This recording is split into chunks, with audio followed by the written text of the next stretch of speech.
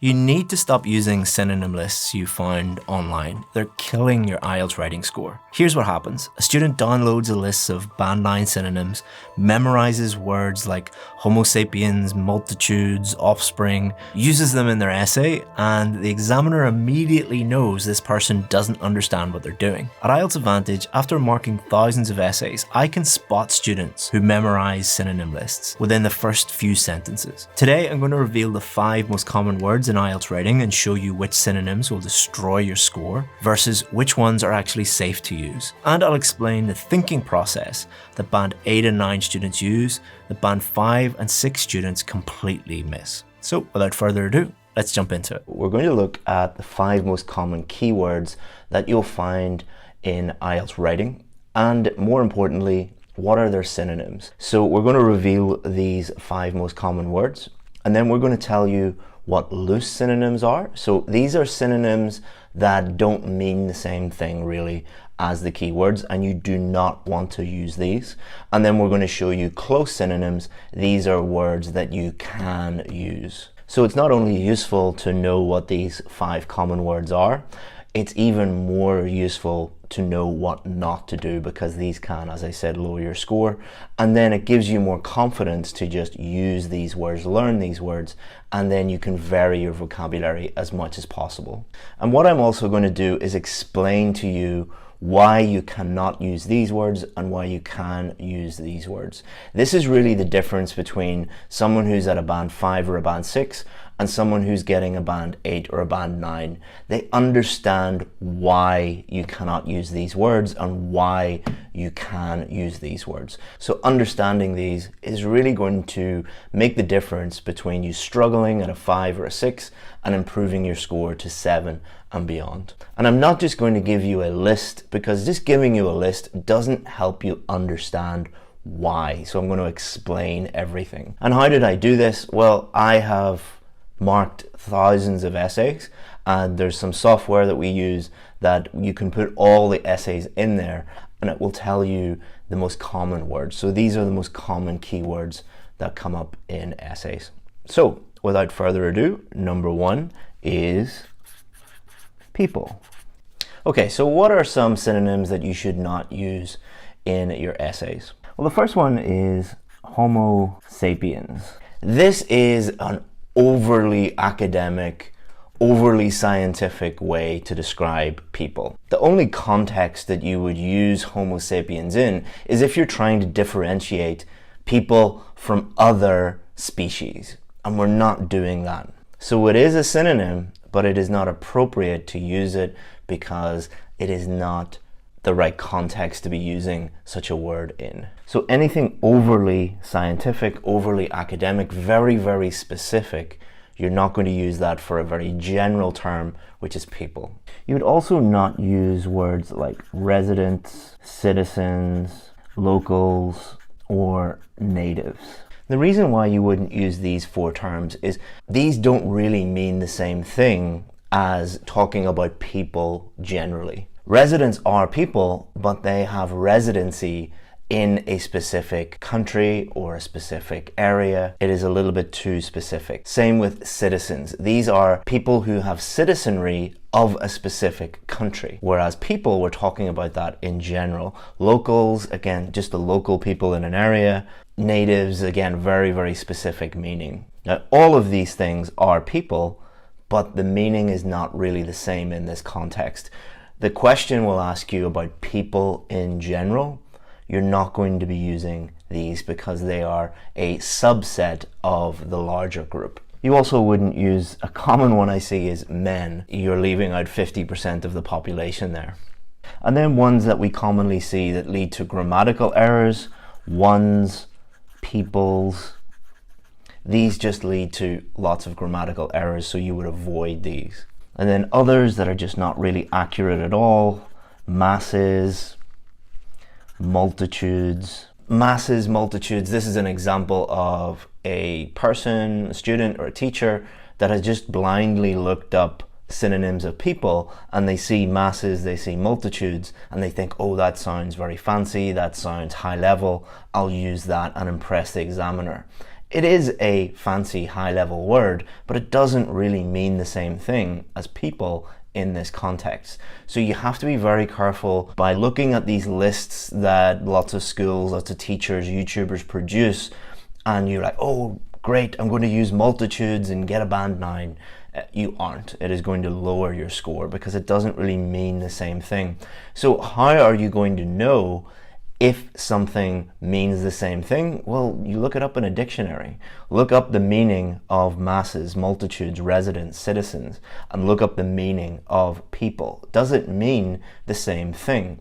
If it does, you can use it. If it doesn't, you need to think about whether you can use it or not. So in this context, people really means, so you could use members of the public or just the public.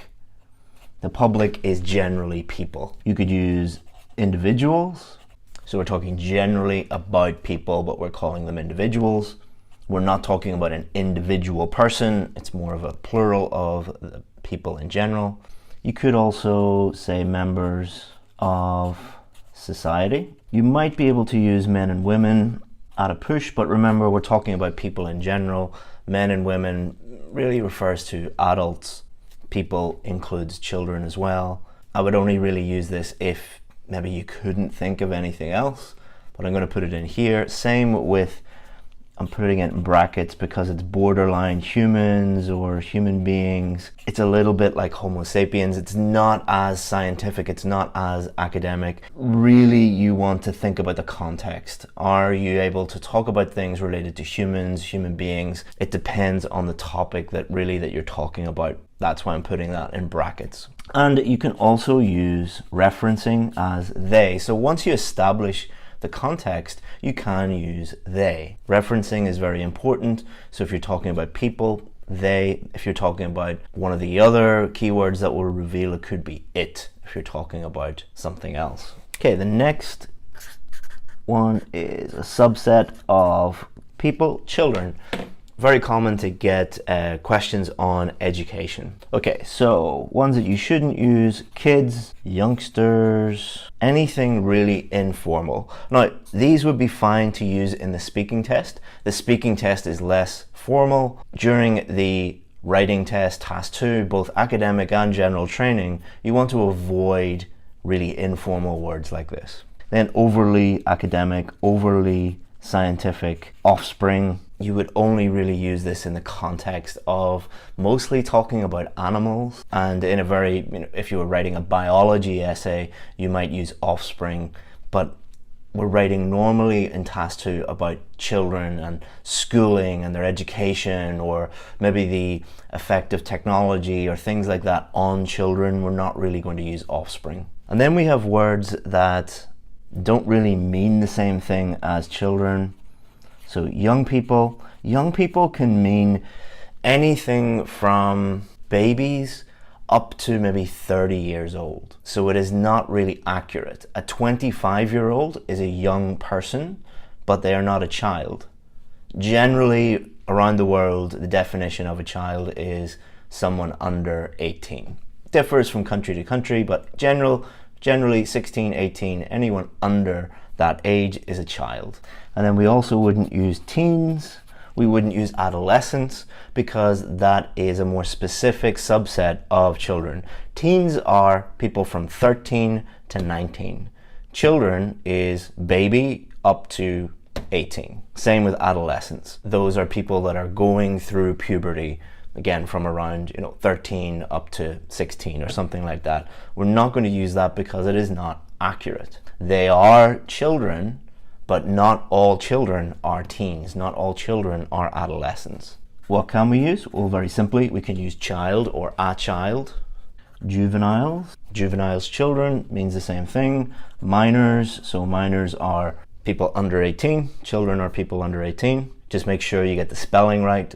Not ERS, that's someone who goes underground and digs up things. And then we can also use the referencing they. So once you establish the context that you're talking about children, you can reference they. And then you might also use examples such as, someone's daughter. These are specific examples of children if you want to vary your language a little bit, but only do that if you are actually using those as examples. Now, you'll notice here that there are not a huge number of close synonyms. Don't worry, that is absolutely fine. What you are trying to do is not demonstrate to the examiner that you know 15 to 20 different correct synonyms, because for the vast majority of words, there are only a few correct close synonyms.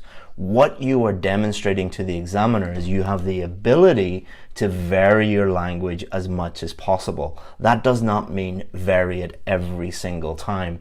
So if you were talking about children and you said, a child, a juvenile, a minor, they, my son or daughter, you are giving a very wide range of vocabulary for that specific word. If then you run out of close synonyms and you have to repeat the word children, that's fine, because you have demonstrated already that you are varying your language as much as possible and you are aware of different close synonyms for this word. What that does is it demonstrates to the examiner that if you know a few synonyms, correct synonyms for this word, it means that you probably know them for a lot of other words as well, thus demonstrating that you have a wide-ranging vocabulary. So I have something a little bit special for you. I have a gift for you. What I did was I analyzed thousands of band 7, 8 and 9 essays and looked for the 50 most common words in those essays, and then found appropriate synonyms that are safe to use, and I've put all of that into one PDF download for you. So if you want that, all you have to do is just go below into the description and you can click on that link and you can then download it for free. So if you want 50 synonyms that are found in band 7, 8 and 9 essays and they are 100% safe to use with explanations, click and download that for free.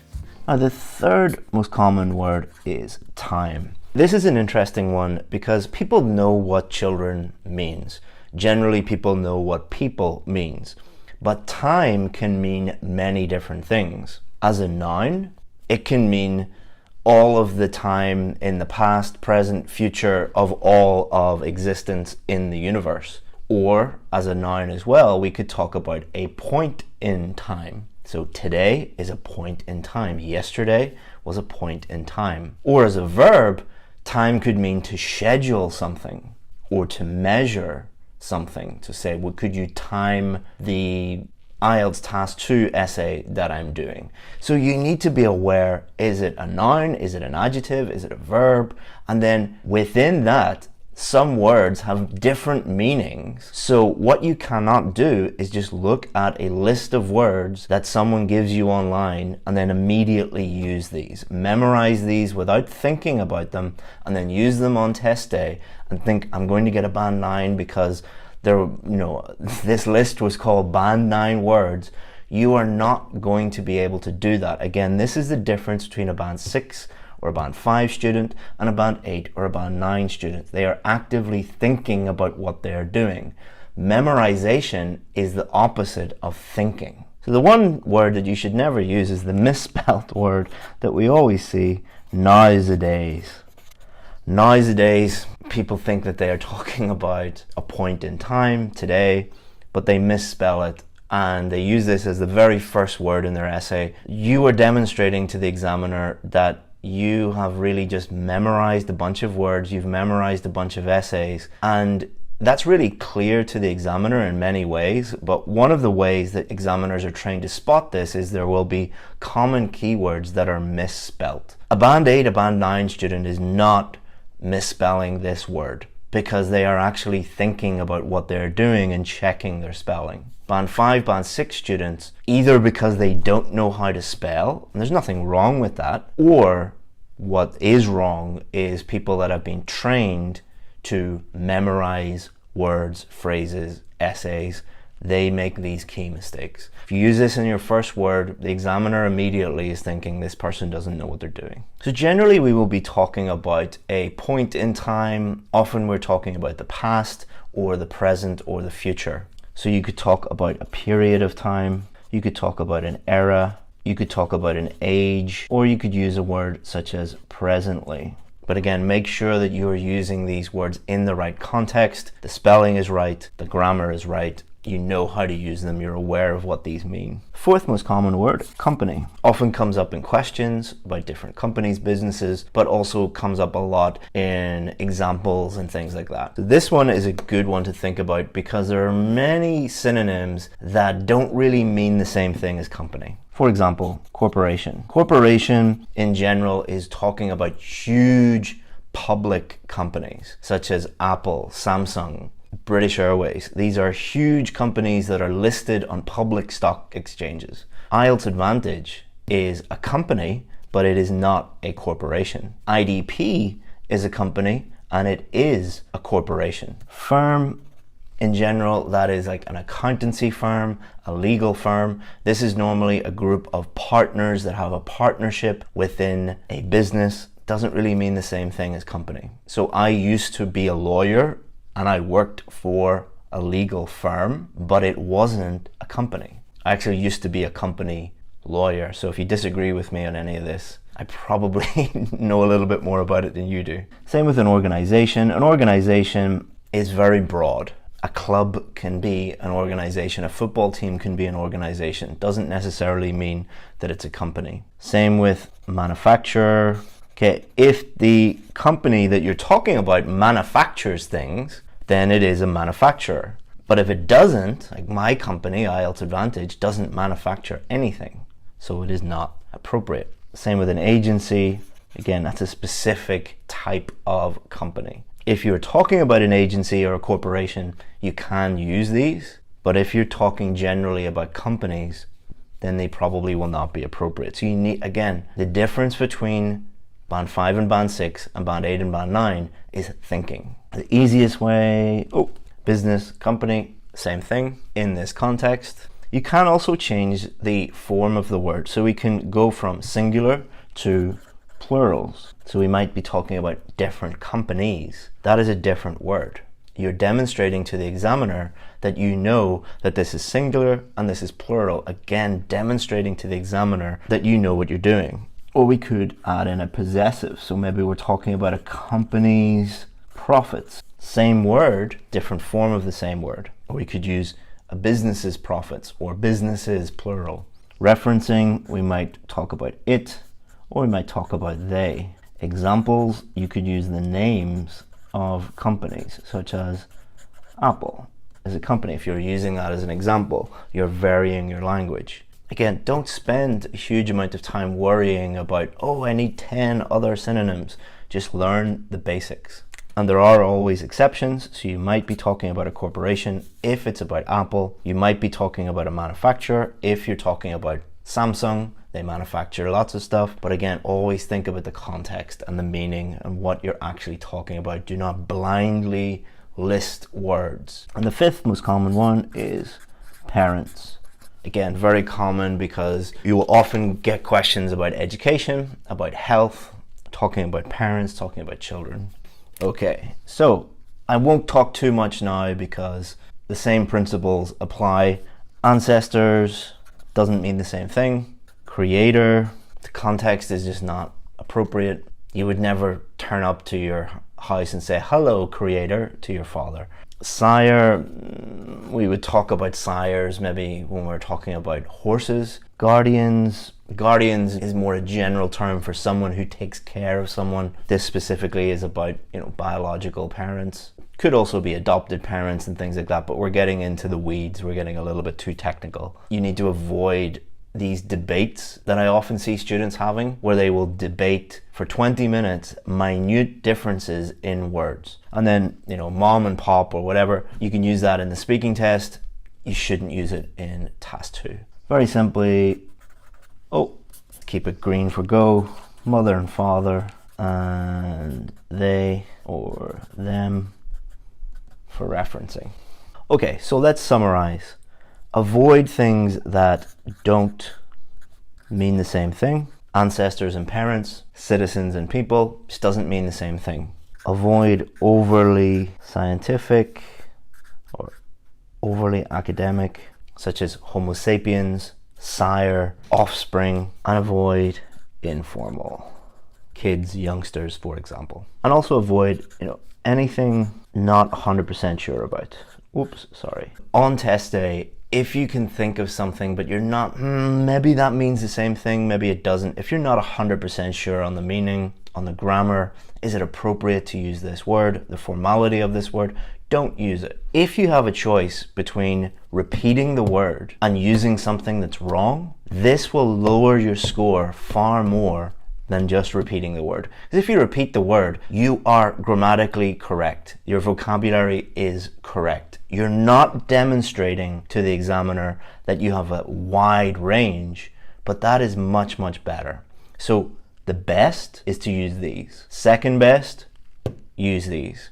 Avoid these. So I want to help you out even more in this video to say thank you for being one of our loyal YouTube fans. One thing that many students have been asking us to do is the ability for me to give them one-on-one feedback on their essays and also create personalized study plans. Now, normally this costs a huge amount of money. We offer this on our VIP course, and if you were just to buy those two services, it would be $147. But we're trialing a brand new premium service. What we're going to do today, just for our YouTube viewers, is reduce that price by more than 90%. We're doing both the personalized study plans and the one-on-one feedback for just $10. But because I'm giving my time to this, I can only offer it to a very small number of people. So if you go below into the description, click the link. We might have places available, we might not. These places normally go very quickly because it is an amazing offer. What you will get is, for just $10, I will give you feedback on your essay, tell you everything you need to know, your band scores, everything, and exactly what to do to improve.